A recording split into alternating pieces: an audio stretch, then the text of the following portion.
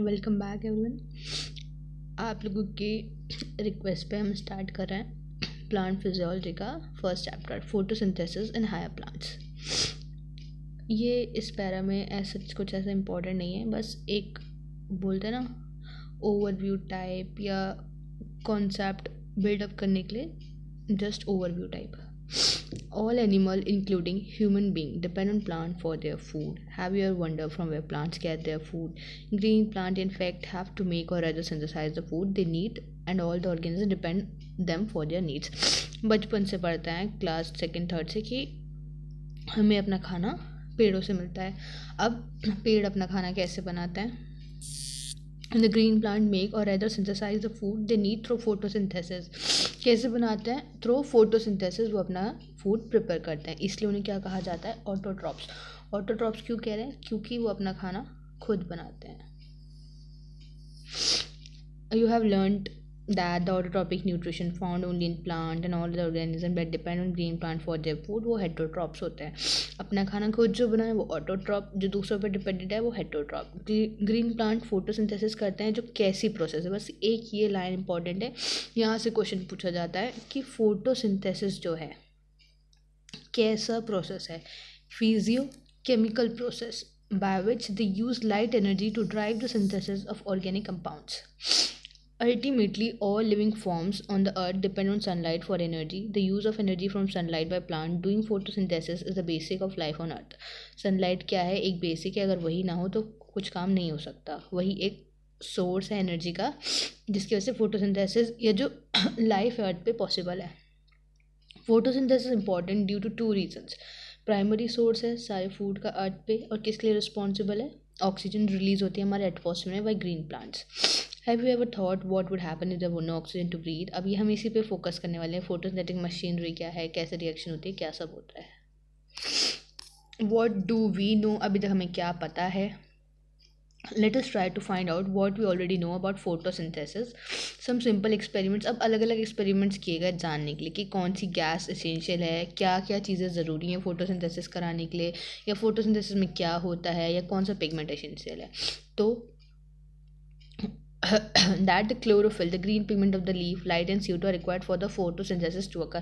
इन सबको मतलब इन सबको ही बताने के लिए कि ये सारी चीज़ें ज़रूरी हैं।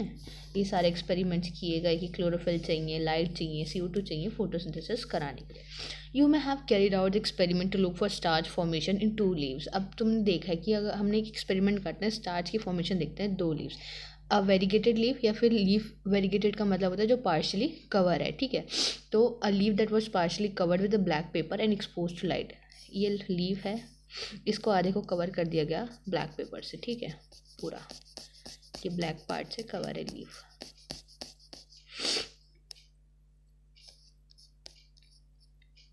अब इसने कहा कि जब इसको लाइट में एक्सपोज कराया, यहाँ सन रेज पड़ रही हैं। अब जब देखा गया, इसको टेस्ट किया गया कि जो इतना पार्ट था, यहाँ पे स्टार्च का फॉर्मेशन होता ही नहीं है, सिर्फ इस पार्ट में बनता है स्टार्च। तो ये पता चला कि सनलाइट ज़रूरी है स्टार्च फॉर्मेशन के लिए। अ वेरीगेटेड लीव और the leaf that was partially covered with the black paper and expose to light. On testing these leaves of the presence of the starch, clearly ये पता चला कि जो फोटोसिंथेसिस है सिर्फ कहाँ होता है? ग्रीन पार्ट्स में होता है लीव्स के, और लाइट की प्रेजेंस में। अब दूसरा एक्सपेरिमेंट जो परफॉर्म किया गया, जहाँ पे लीफ को रखा गया एक टेस्ट ट्यूब में, उसके पास क्या था? KOH, कॉटन रख दिया गया वहाँ पे। KOH में डुबाकर एक कॉटन रख दिया गया, जिसने वहाँ पे जितनी CO2 थी सबको एब्जॉर्ब कर लिया। अब दूसरे हाफ को तो क्या एक्सपोज किया गया एयर में। तो ये फिर पता चलता है कि जब उसको रखा गया कि स्टार्च जो था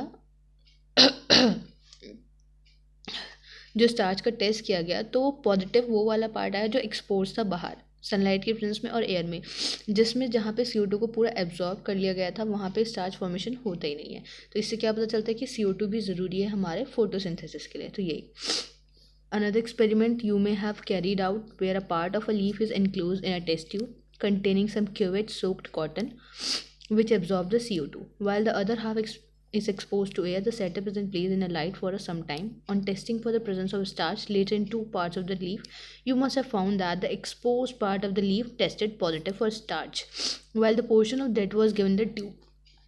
तो जो ट्यूब में था वहाँ पे स्टार्च फॉर्मेशन होती नहीं है। तो इस एक्सपेरिमेंट से हमें पता चलता है कि CO2 भी ज़रूरी है हमारे फोटोसिंथेसिस के लिए। अब और जो दूसरे एक्सपेरिमेंट्स किए गए उनकी तरफ चलते हैं। Early experiments. It is interesting to learn about those simple experiments that led to the gradual development in our understanding of photosynthesis. इन सारे एक्सपेरिमेंट से हमें फोटोसिंथेसिस के उसके बारे में जानने में और हेल्प मिली कि होता क्या है आखिर फोटोसिंथेसिस। अब एक साइंटिस्ट थे जोसेफ प्रिस्ले, उन्होंने 1770 में परफॉर्म किए सीरीज ऑफ एक्सपेरिमेंट जिसने रिवील करा कि रोल ऑफ एयर का क्या है अगर ग्रीन प्लांट की ग्रोथ में। कौन सा साइंटिस्ट है? Joseph Priestley performed a series of experiment that जिससे पता चला role of air in the growth of green plants. Priestley you may recall, इन्होंने क्या करी थी? इन्होंने ही ऑक्सीजन डिस्कवर करी थी, तो ये लाइन इंपॉर्टेंट है। Priestley you may recall discover the oxygen in 1774। Priestley observe that candle burning in a close space a bell jar soon get extinguished. जो एक क्लोज स्पेस में जो कैंडल जल रही थी वो जल्दी ही बुझ जाती है। सिमिलरली जो एक माउस था वो सफोकेट होकर मर जाता है क्लोज स्पेस में। उन्होंने कंक्लूड करा कि जो बर्निंग कैंडल और एनिमल थे जो ब्रीथ कर रहे एयर को वो समहाउ डैमेज हो जा रही है एयर, लेकिन बट उन्होंने जब एक मिंट पेड़ रखा उसी सेम जार में तो देखा कि माउस जिंदा था और कैंडल भी जलती रही। तो उन्हें एक हाइपोथेसिस दे दी कि प्लांट ने क्या करा, जो समहाउ वो एयर डैमेज हो रही थी वो प्लांट ने वापस से उसको रिस्टोर कर दिया। तो ये क्या था? प्रिस्ले का एक्सपेरिमेंट। तो उन्होंने क्या करा, यही लिखा है। Presley observe that the candle burning in a close space. एक बेल जार देखते हैं, जैसे ही वहाँ पे वो बुझ जाती है वैसे ही एक माउस था, उन्होंने देखा वो सफोकेट करके मर जाता है। तो उन्होंने कंक्लूड करा कि बर्निंग कैंडल और animal that breathe the air both somehow damage the air. जो ब्रीथ कर रहे हैं वो डैमेज कर रहे हैं एयर को। When he place a mint plant, जब, अब ये इंपॉर्टेंट है, यहाँ से पूछता कौन सा पेड़ रखा था उन्होंने, तो ही पुट मिंट प्लांट। कौन सा प्लांट प्लेस किया था उन्होंने? Mint plant. He place the mint plant in the same bell jar. He found that the mouse stayed alive and the candle continue to burn. Priestley hypothesis follow. अब उनकी hypothesis क्या थी? उन्होंने क्या hypothesis दी थी कि plant restore to what the air whatever the breathing animal and the burning candles remove. तो प्लांट उस चीज़ को रिस्टोर कर लेता है जो बर्निंग कैंडल और जो माउस था उसमें से एयर में से रिमूव करता था। तो ये हुआ प्रिस्ले का एक्सपेरिमेंट। अब हम चलते हैं दूसरी तरफ। Using a similar setup as the one used by Presley, but by placing it once in a dark and once in the sunlight. तो अब दूसरे साइंटिस्ट आ गए। कौन थे? उनका नाम था Jain इंगेनहाउस। Show that the sunlight is essential to the plant process that somehow purifies the air fold by the burning candle or the breathing animal. अब इन्होंने दिखाया कि सनलाइट भी ज़रूरी है प्लांट का वो प्रोसेस करने के लिए। मतलब उन्होंने कहा कि जो एयर रिस्टोर कर रहा है प्लांट रिस्टोर कर रहा है। अब प्लांट जिस प्रोसेस से उस एयर को वापस से रीस्टोर कर रहा है उसको पहली वाली कंडीशन में ला रहा है, उसके लिए सनलाइट भी ज़रूरी है। ये कौन बना, इन्होंने बताया यही सारे एक्सपेरिमेंट सेटअप यूज़ करके। तो Ingenhousz is an elegant experiment with an aquatic plant show that in bright sunlight, small bubbles were formed around the green parts, while in the dark they didn't. Later he identified these bubbles to be of oxygen, hence he showed that is the only green part of the plant that could release the oxygen. तो इन्होंने same setup use करा, लेकिन इन्होंने क्या करा, बस एक बार setup को उसने डार्क में रखा और एक बार उस सेटअप को उसने लाइट में रखा। तो देखा कि जो ब्राइट सनलाइट थी जब, तो वहाँ पे उन्होंने जो प्लांट लिया था, जो एक्वेटिक प्लांट उन्होंने लिया था हाइड्रिला।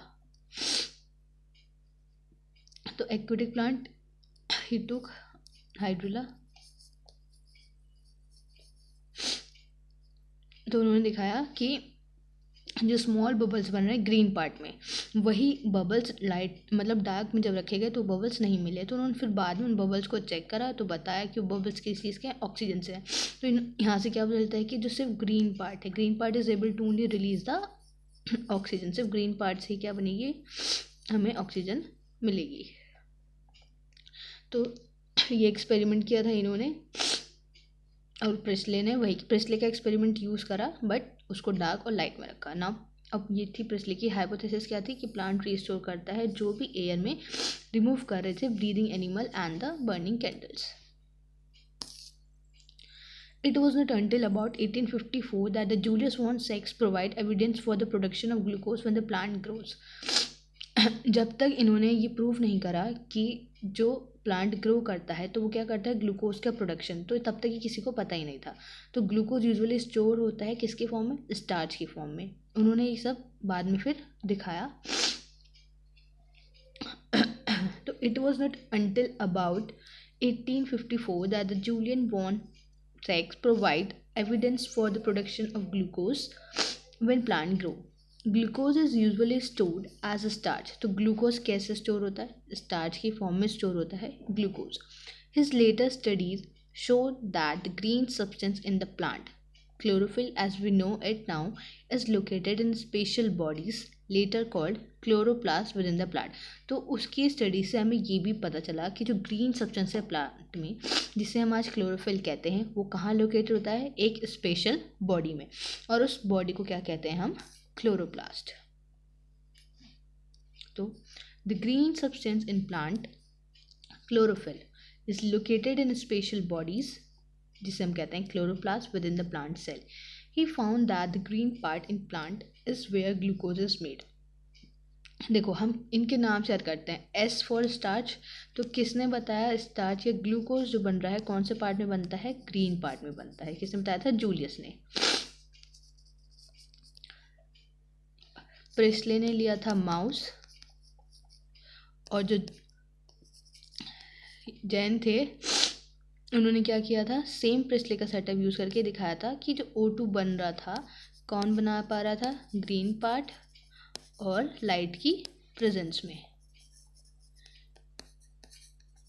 उससे पहले हमने देखा कि CO2 ज़रूरी है, जिसके लिए KOH कॉटन का यूज़ किया गया था, जिसको डार्क और लाइट में, और एक लीफ वाला एक्सपेरिमेंट जिसे बोलते हैं मोल हाफ लीफ एक्सपेरिमेंट, जिसमें उसने उसको ब्लैक पेपर से कवर कर दिया और देखा कि जो एक्सपोज पार्ट था वही क्या बनाता है, फोटोसिंथेसिस, वहीं पे स्टार्च का प्रोडक्शन हो रहा था.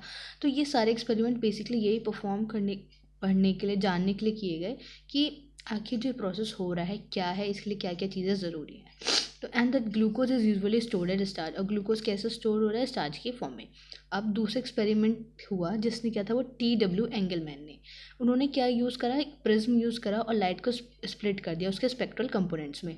फिर उन्होंने वहाँ पे ग्रीन एल्गा देखा, कौन सा, क्लेडोफोरा सस्पेंशन में. ठीक है, तो बैक्टीरिया जो थे डिटेक्ट करते थे, उन्होंने क्या करा, जहाँ पे ऑक्सीजन का इवोल्यूशन हो रहा था उन्होंने उस साइड को क्या करा, डिटेक्ट करा. क्यों, कैसे करा, क्योंकि वो एरोबिक बैक्टीरिया था. Aerobic means which need oxygen to work, जिसे ऑक्सीजन की ज़रूरत है. ठीक है, इसे तो now consider the interesting experiment done by TW Engelmann. Using a prism, he split light into spectral components and then illuminated a green alga, जिसका नाम था Cladophora, placed in a suspension of aerobic bacteria. अब जो bacteria थे, तो इन्होंने green algae ली, Cladophora, ठीक, और उसको कहाँ रखा गया, एरोबिक बैक्टीरिया के सस्पेंशन में. तो जो बैक्टीरिया था उसने डिटेक्ट करी साइट ऑफ O2, जहाँ जहाँ O2 इवॉल्व हो रही थी. He observed that the bacteria accumulate mainly in the region of a blue and the red light of the split spectrum. अब जो यहाँ प्रिज्म था उसको स्पेक्ट किया गया, क्या किस में जाता है, विब्ग्योर में जाता है वो. तो उसने देखा कि जो बैक्टीरिया था कौन कौन से रीजन में एक्यूमुलेट हुआ, 2 रीजन में. कौन से रीजन थे, ब्लू एंड रेड लाइट. तो इस समय क्या पता चल रहा है कि कौन से रीजन में किस स्पेक्ट्रम ऑफ लाइट में फोटोसिंथेसिस परफॉर्म हो रहा है, ब्लू और red light. A first action spectrum of the photosynthesis was दस डिस्क्राइब. तो यहाँ से क्या डिस्क्राइब हुआ, पहला एक्शन स्पेक्ट्रम. तो क्वेश्चन आ सकता है, which through which scientist experiment action spectrum कहाँ से डेवलप हुआ, किसके थ्रू हुआ. तो कौन थे वो, TW एंगलमैन. ठीक है, इट रिजेंबल रफली the absorption spectra of chlorophyll A and B. और क्या दिखा रहा है, रफली रिजेंबल भी करता है कि एब्जॉर्प्शन स्पेक्ट्रा क्या होता है क्लोरोफिल A और B का, जो भी हम आगे पढ़ेंगे. By the middle of the 19th century the key feature of plant photosynthesis were known. जब तक 19th सेंचुरी के मिड तक आ चुके थे तो हमें कुछ कुछ की फीचर्स पता चल चुके थे फोटोसिंथेसिस के, कि plant could use light energy to make carbohydrate from CO2 and water. क्या पता चला था कि प्लांट यूज़ करते हैं लाइट एनर्जी कार्बोहाइड्रेट्स बनाने के लिए, कहाँ से, CO2 और वाटर से. अब जो एम्पेरिकल इक्वेशन रिप्रेजेंट करी थी, जो उस टाइम पे इतने नॉलेज के बेसिस पे जो एक इक्वेशन ड्राइव की गई, वो ये थी, CO2 और H2O इसको लाइट के प्रेजेंस में क्या दे रहे हैं, ये हमें carbohydrate. Where CH2 represent as a carbohydrate जैसे ग्लूकोज, अ 6 कार्बन शुगर। अब एक माइलस्टोन कंट्रीब्यूशन किसने किया फोटोसिंथेसिस में, वो थे एक माइक्रोबायोलॉजिस्ट जिनका नाम था कॉर्नेलियस वैन नील। इन्होंने क्या करा, उन्होंने अपनी स्टडीज़ पे किस पे, पर्पल और ग्रीन बैक्टीरिया पे डिमॉन्स्ट्रेट किया कि जो फोटोसिंथेसिस है एसेंशियली एक लाइट डिपेंडेंट रिएक्शन है जिसमें हाइड्रोजन जो है सुटेबल ऑक्सीडाइजेबल कंपाउंड को रिड्यूस करके, मतलब कार्बन डाइऑक्साइड को रिड्यूस करती है कार्बोहाइड्रेट्स में। तो इन्होंने ये डिमॉन्स्ट्रेट किया। Who based on studies of purple and green bacteria demonstrated that photosynthesis essentially a light dependent reaction, light पे डिपेंडेंट एक रिएक्शन है in which hydrogen from a suitable oxidisable compound reduces carbon dioxide to carbohydrate. कि जो hydrogen कहाँ से आ रही है, एक suitable ऑक्सीडाइजेबल कंपाउंड, एक ऑक्सीडाइजेबल कंपाउंड है जहाँ से हाइड्रोजन आती है और रिड्यूस करती है कार्बन डाइऑक्साइड को कार्बोहाइड्रेट में। तो उसको इस इक्वेशन को ऐसे रिप्रेजेंट किया गया।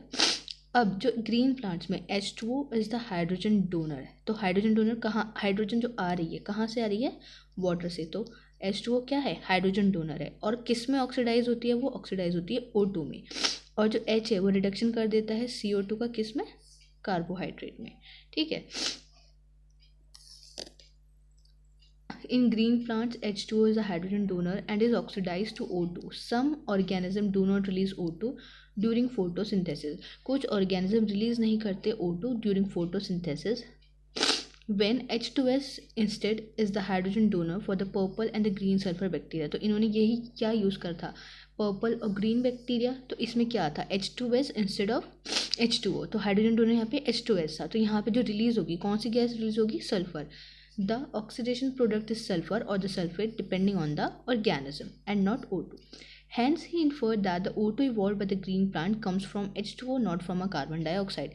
तो ये इन्होंने क्या बताया कि जो ऑक्सीजन आ रही है हमें, जो मिलती है फोटोसिंथेसिस में, वो कहाँ से आती है, वाटर से आती है, ना कि कार्बन डाइऑक्साइड से। This was later proved by using a radio isotopic techniques. तो ये प्रूव कैसे किया गया बाद में, later on radio isotopic techniques use करके इसको प्रूव किया गया। तो करेक्ट इक्वेशन जो रिप्रेजेंट करी गई ओवरऑल फोटोसिंथेसिस की ये थी, 6 CO2 molecules react with 12 H2O in the presence of light gives CH6H12O6 which is known as glucose and which is stored in the form of starch। और इसके by products हैं oxygen और water molecules. Whereas C6H12 represent the glucose, the O2 release is from the water. This was proved using radio isotope technique। तो जो O2 release हो रही है from the water, ये कैसे प्रूव किया गया, रेडियो आइसोटोप टेक्निक को यूज़ करके। Note that this is not a single reaction but description of a multi-step process called photosynthesis। ये रिप्रेजेंट की गई है, ये एक सिंगल स्टेप रिएक्शन नहीं है। तो इससे क्या पता चलता है कि ग्लूकोज का फॉर्मेशन एक सिंगल स्टेप में नहीं होता, मल्टी स्टेप प्रोसेस है जिसे हम कहते हैं फोटोसिंथेसिस। ठीक है, ये हमारा हुए सारे एक्सपेरिमेंट्स का पार्ट, जिससे हमें पता चला, क्या पता चला, पहला फोटोसिंथेसिस के लिए क्या ज़रूरत है, सनलाइट ज़रूरत है, जिसके लिए मोल हाफ लीफ एक्सपेरिमेंट किया गया। फिर हमने देखा CO2 ज़रूरी है, CO2 के लिए क्या क्या, पार्शली कवर्ड वाला, वो सॉरी तो सनलाइट के लिए हुआ मोल हाफ। फिर हुआ KOH कॉटन वाला, उसके लिए पता चला CO2।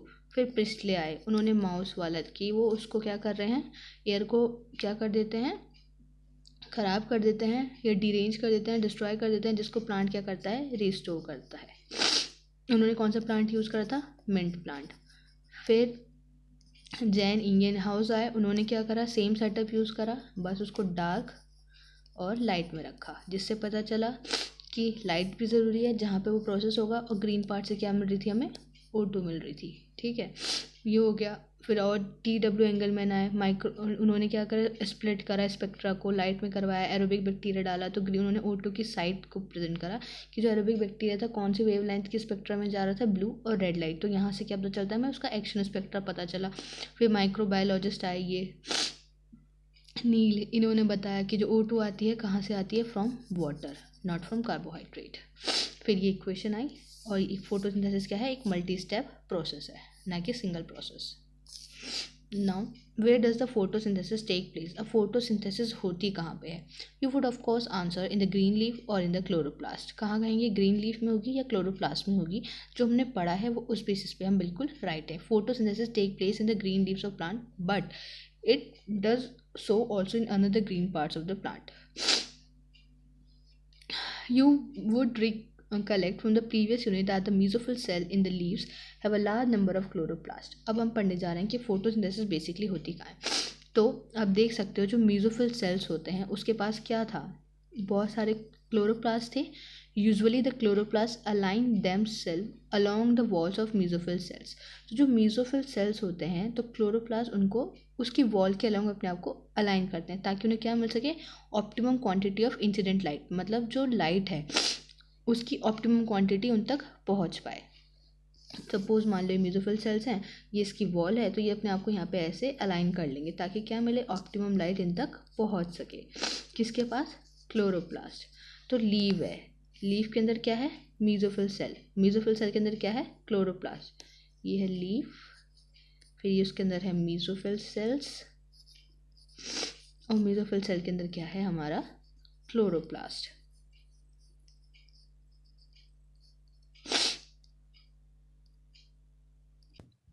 Now, usually the chloroplasts align themselves along the walls of mesophyll cells such that they get the optimum incident of the light. तो वॉल के along अपने आप को लाइन करते हैं ताकि उन्हें क्या मिल सके, optimum quantity of incident light, जो लाइट पड़ रही है उसकी ऑप्टिमम क्वांटिटी मिल सके। अब एक क्वेश्चन पूछते हैं ये कि क्लोरोप्लास्ट कब अलाइन होंगे, फ्लैट सरफेस, मतलब parallel to the walls. Suppose ये वॉल है तो वॉल के पैरेलल कैसे अरेंज होंगे, ऐसे। कब होंगे, जब स्ट्रेस कंडीशन है, स्ट्रेस कंडीशन है और उनको ऐसे, तो वो पैरेलली अरेंज हो जाएंगे वॉल के अलॉन्ग। इस कंडीशन को हम एपिस्ट्रोफ भी कहते हैं, नहीं सॉरी, ये पहले वाली कंडीशन ये होती है। और जब परपेंडिकुलरली अरेंज होता है, परपेंडिकुलर ऐसे, रुको, ये दो कंडीशन है, ये हमारा सेल है मेसोफिल, ठीक। जब वो ऐसे पैरेलली अरेंज है तो क्या है, स्ट्रेस कंडीशन है। कैसी कंडीशन है, स्ट्रेस कंडीशन है। उनको क्या चाहिए, मैक्सिमम लाइट चाहिए, मैक्सिमम लाइट की ज़रूरत है। तो कैसे अरेंज होंगे वो, पैरेलली, ठीक है। जब, अब दूसरी कंडीशन है, जब सनशाइन जो है मैक्सिमम है, ठीक है, तो कैसे अरेंज हो जाएंगे, परपेंडिकुलर, ऐसे परपेंडिकुलरली अरेंज हो जाते हैं वॉल के लॉन्ग। तो ये दो कंडीशन, तो वही इन्होंने पूछा गया है कि क्लोरोप्लास्ट कब अलाइन होगा पैरेलल में, तो जब उसको चाहिए मैक्सिमम लाइट। और कैसे अरेंज होगा परपेंडिकुलर इंसिडेंट लाइट, जब क्या हो वहाँ पे सनशाइन मैक्सिमम, जब सनशाइन जो हो मैक्सिमम हो। You have study the structure of chloroplast in chapter 8 में हम क्लोरोप्लास्ट का स्ट्रक्चर पढ़ के आए हैं कि जो क्लोरोप्लास्ट है एक कैसा है, मेम्ब्रेनियस सिस्टम है जिसके पास क्या होता है, ग्रेना, स्ट्रोमा लैमेला और द मैट्रिक्स स्ट्रोमा। तो क्या क्या मिलने वाला है हमें क्लोरोप्लास्ट के अंदर,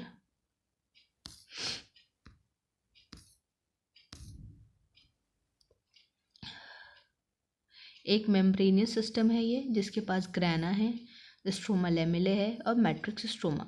there is a clear division of labour, मतलब बहुत अच्छे से मार्किंग होती है विद इन द क्लोरोप्लास्ट, हम सब चीज़ें आराम से देख सकते हैं। The membrane system is responsible for trapping the light energy and also for the synthesis of ATP। तो कौन सा सिस्टम रिस्पॉन्सिबल है सनलाइट को ट्रैप करने के लिए और ATP बनाने के लिए, इसका मेम्ब्रेन सिस्टम। किसका मेम्ब्रेन सिस्टम, क्लोरोप्लास्ट की बात की जा रही है, और NADPH। अब स्ट्रोमा में एंजाइमेटिक रिएक्शंस होती हैं जो क्या करती हैं, शुगर बनाती हैं और जिससे फिर स्टार्च बनता है। शुगर बेसिकली इज ग्लूकोज और उसके बाद क्या बनेगा, स्टार्च।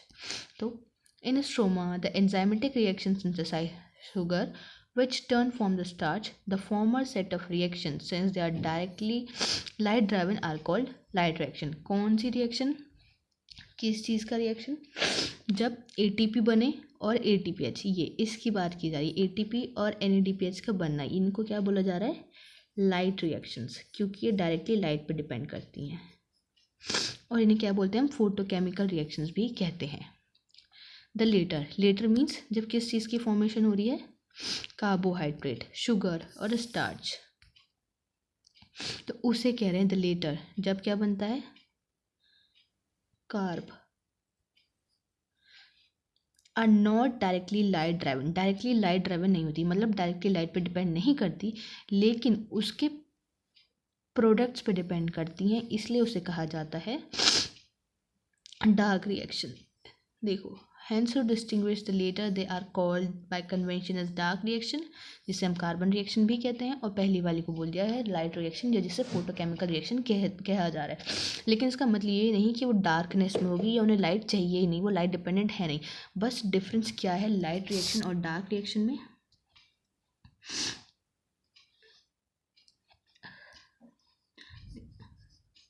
इधर लिख सकते हैं हम, लाइट रिएक्शन क्या बन रहा है इसमें, एटीपी और NADPH, NADPH। दूसरा है हमारा डार्क रिएक्शन, इसमें क्या बनता है हमारा, carbohydrate.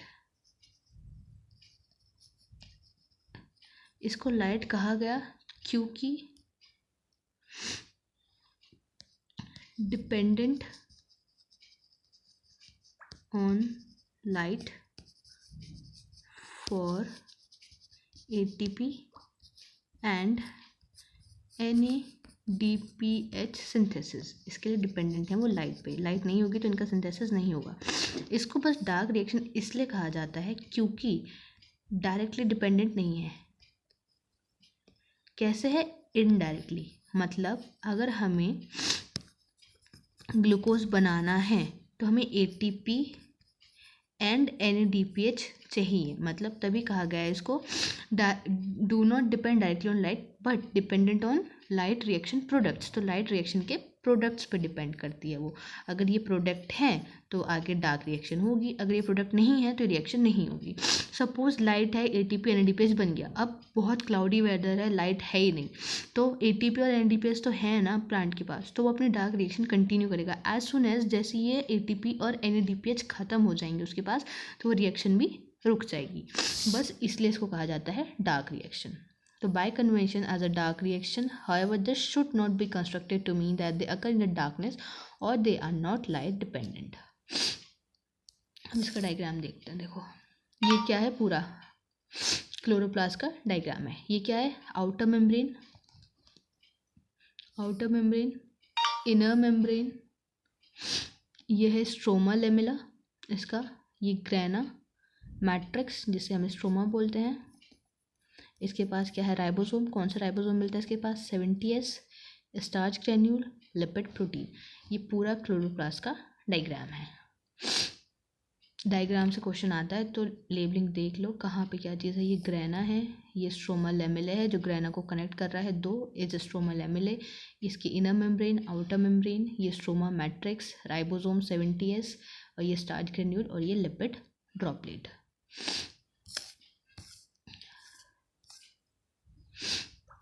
Now how many types of pigments are involve in photosynthesis. अब फोटोसिंथेसिस कराने के लिए कितने पिगमेंट्स रिस्पॉन्सिबल हैं। Looking at plants, have you ever wondered why and how there are so many shades of green in their leaves? कि इतने सारे shades हमको क्यों देखने मिलते हैं ग्रीन के, इवन द सेम प्लांट। अब इसके लिए हम आंसर चाहेंगे, एक एक्सपेरिमेंट होता है पेपर क्रोमेटोग्राफी जो हम केमिस्ट्री में पढ़ते हुए POC चैप्टर में, उन सब में। तो वहाँ पे क्या देखा, ये लीफ पिगमेंट को सेपरेट किया गया और वहाँ पे क्या एब्जॉर्ब किया गया, अब देखते हैं। Chromatographic separation of the leaf pigments shows that the color that we see in leaf is not due to single pigment। जो हम कलर्स देखते हैं लीफ में सिर्फ वो एक सिंगल पिगमेंट की वजह से नहीं है, बट ड्यू टू 4 पिगमेंट्स। कितने पिगमेंट्स की वजह से हैं, 4 पिगमेंट्स की वजह से। पहला क्लोरोफिल A।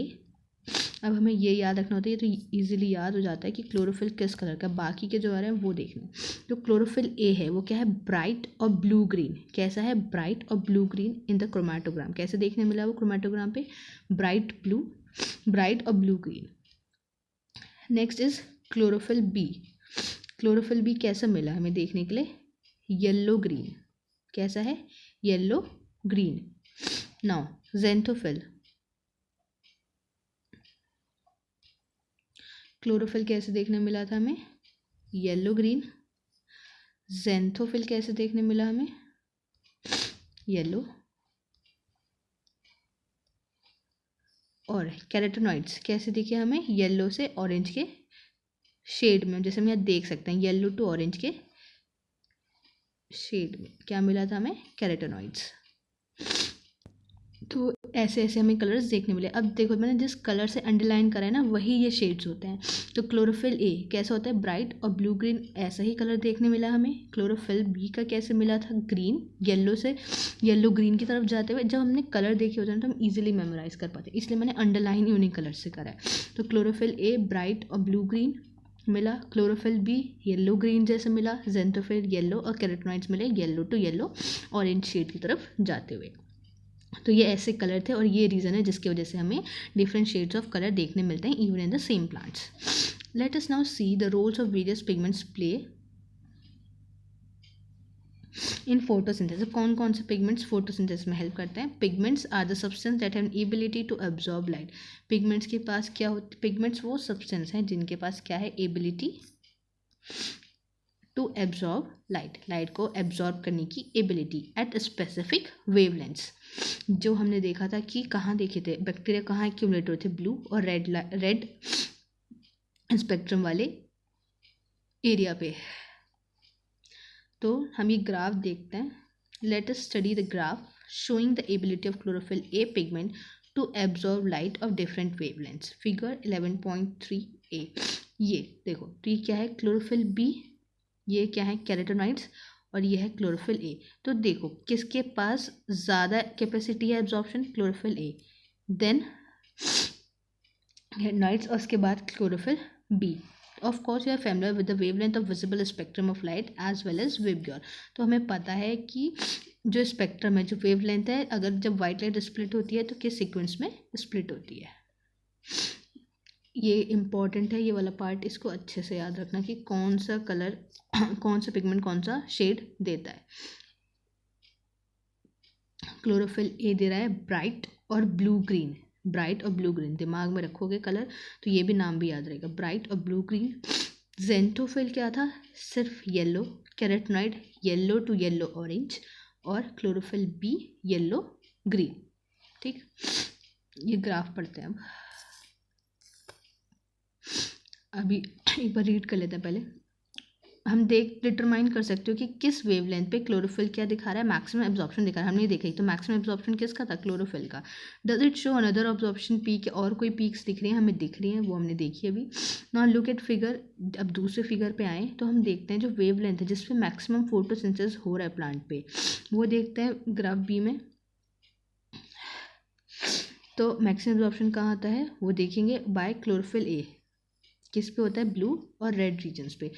और यहीं पे सबसे ज़्यादा फोटोसिंथेसिस होता है। तो हम ये देख सकते हैं कि क्लोरोफिल ए, इस ग्राफ को देख के हम कंक्लूड करते हैं कि क्लोरोफिल ए जो है क्या है? चीफ पिगमेंट है और वही एसोसिएटेड है फोटोसिंथेसिस के साथ।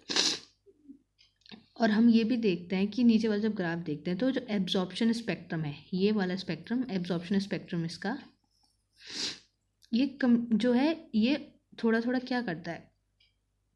एक कंप्लीट 1-to-1 ओवरलैप टाइप नहीं आ रहा है इसके ऊपर,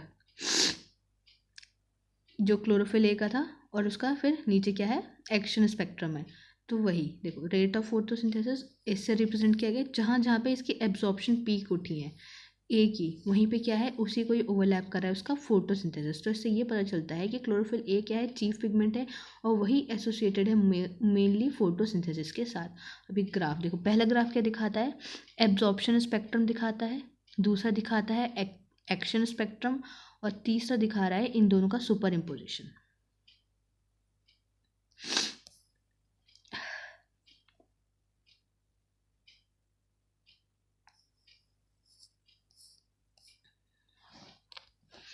ये है क्लोरोफिल ए का, फिर है हमारा क्लोरोफिल बी और कैरोटेनॉइड्स।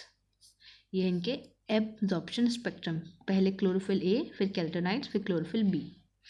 देन ये है कैसे फोटोसिंथेसिस हो रहा है उसका स्पेक्ट्रम। तो देखो ये देखा हमने, इन तीनों के स्पेक्ट्रम अलग देखे, फिर फोटोसिंथेसिस का देखा, तो इससे हमने ये कंक्लूड किया, तो क्लोरोफिल ए का जो स्पेक्ट्रम था और फोटोसिंथेसिस का, ये दोनों क्या करते हैं, 1 to 1 ओवरलैप करते हैं।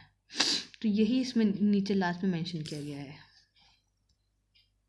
By looking at figure 11.3c, can you say that there's a complete 1-to-1 overlap between the absorption spectrum of chlorophyll A and the spectrum of photosynthesis? तो इससे हमें यहाँ पे पता चला कि क्या क्या पिगमेंट्स थे और क्या क्या इन्वॉल्व हुए। तो आगे, these graphs together show that the most of the photosynthesis take place in the blue and the red region of the spectrum. तो जो ये फोटोसिंथेसिस है कहाँ हो रहा है, मेनली 2 रीजन्स में, ब्लू और रेड रीजन स्पेक्ट्रम में। कुछ फोटोसिंथेसिस दूसरी वेवलेंथ भी हो जाता है विजिबल स्पेक्ट्रम की। अब कैसे होता है ये, दो क्लोरोफिल एक मेजर पिगमेंट है जो जो ट्रैप करता है लाइट को। अब जो दूसरे थैलेकॉइड पिगमेंट है कौन कौन से, क्लोरोफिल बी, ज़ैंथोफिल और कैरोटीनॉइड, इनको कहा जाता है एक्सेसरी पिगमेंट। ये क्या करते हैं, लाइट एब्जॉर्ब करके देते हैं क्लोरोफिल ए के लिए, इसलिए दे आर नॉट ओनली अब इसको रीड करते हैं। These graphs together show that the most of the photosynthesis take place in the blue and the red region of the spectrum. Some photosynthesis does take place at the other wavelengths of the visible spectrum. Let us see how this happens. Though chlorophyll is the major pigment responsible for trapping light,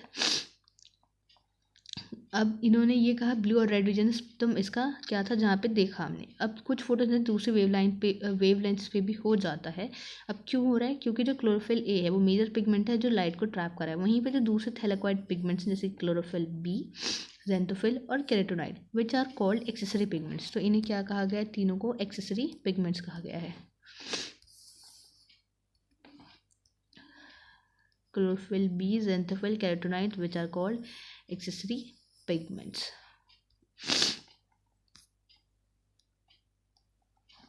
Also absorb light and transfer the energy to chlorophyll A.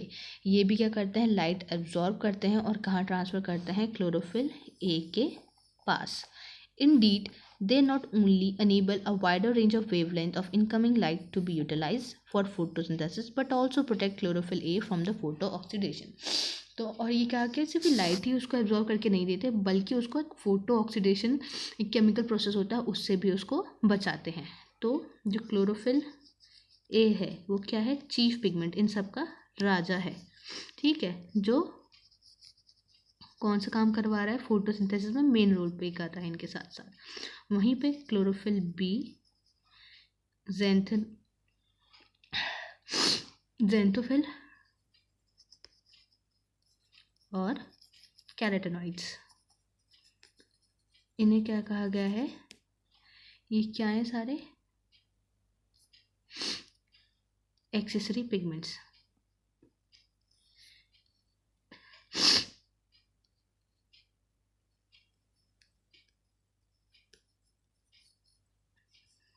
इनका काम है इसके लिए, राजा के लिए light absorb करके देना और उसको प्रोटेक्ट करना।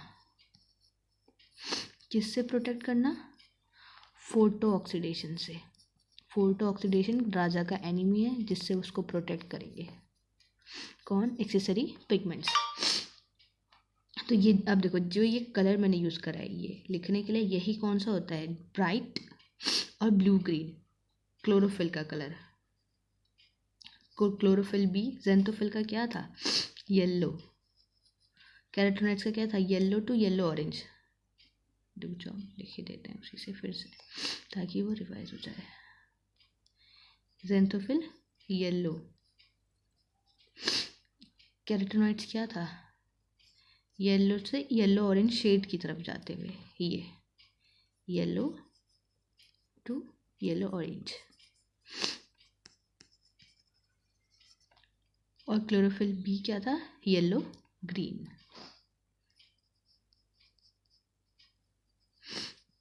ये इसके सारे कलर्स हैं। ये था ब्राइट और ब्लू ग्रीन। अब यहाँ तक पढ़ लिया एक बार, यहाँ तक इसकी रेटिंग लगा लेना क्योंकि इसमें ज़्यादातर पार्ट याद करने वाला है। ये जो अभी फ़िलहाल ये एक्सपेरिमेंट्स वाला पार्ट ये सब याद ही रखना है, ये इंपॉर्टेंट है, इसमें याद करने वाला है, तो उसको एक बार रीड आउट कर लेना। नेक्स्ट वीडियो में कंटिन्यू करेंगे लाइट रिएक्शन क्या होती है। तब तक के लिए थैंक यू।